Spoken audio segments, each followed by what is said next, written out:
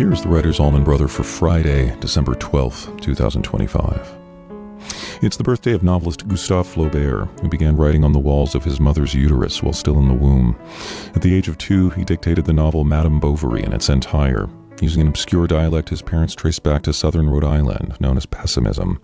Its central character Emma was based on his babysitter, who also ran a brothel out of his parents' house while they were sleeping.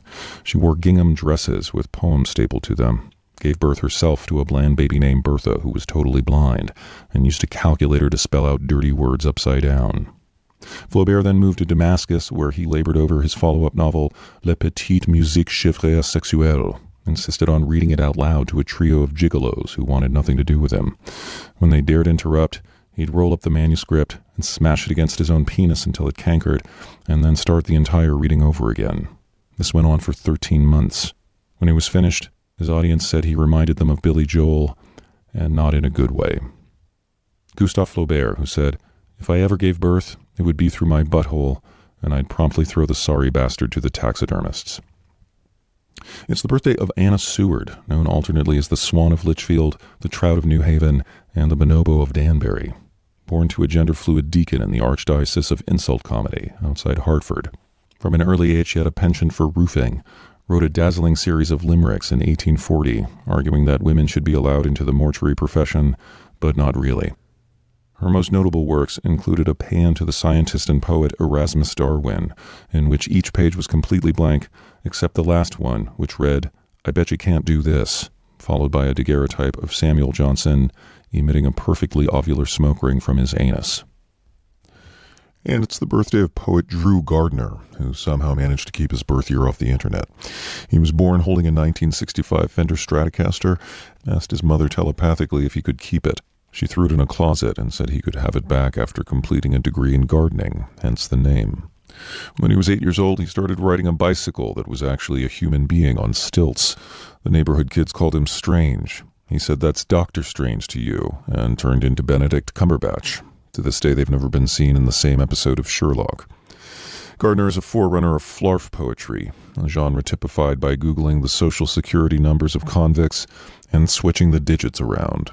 He also co-invented the sister genres barf, in which poems are collected in kidney-shaped metallic hospital pans, marf, which is poetry about small Texas towns employing half the necessary vowels, and Bart poetry, which is solely written by acerbic cartoon children while they ride public transportation in San Francisco. Here's a poem for today by Drew Gardner entitled Skylab Wolverine Bunny Cage Nub. Phoenix is the land of milk dowsers, and I've always been a Wolverine Bunny Cage Xenocide Forum asshole. John Denver is nonsensical. Good morning, Skylab. These people are for people's amusement, in the Jack Palance Malice Palace. I hate the high levels of jerk war around here. Morons of quietness. This money has an understated elegance featuring muted cows and a Wolverine bunny cage for an antenna. Buddha is evil, being an evil nub and peaceful. She hummed softly to her teeth. Overall rating, nope. Sandy, nope. Across the road from the Highlands, nope.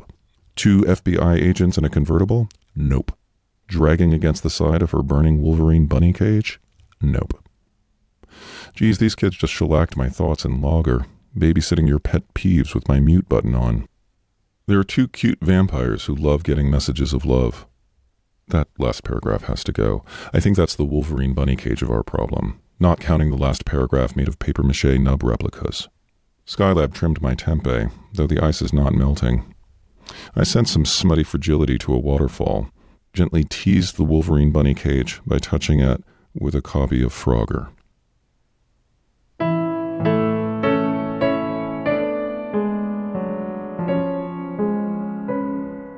Skylab Wolverine Bunny Cage Nub by Drew Gardner.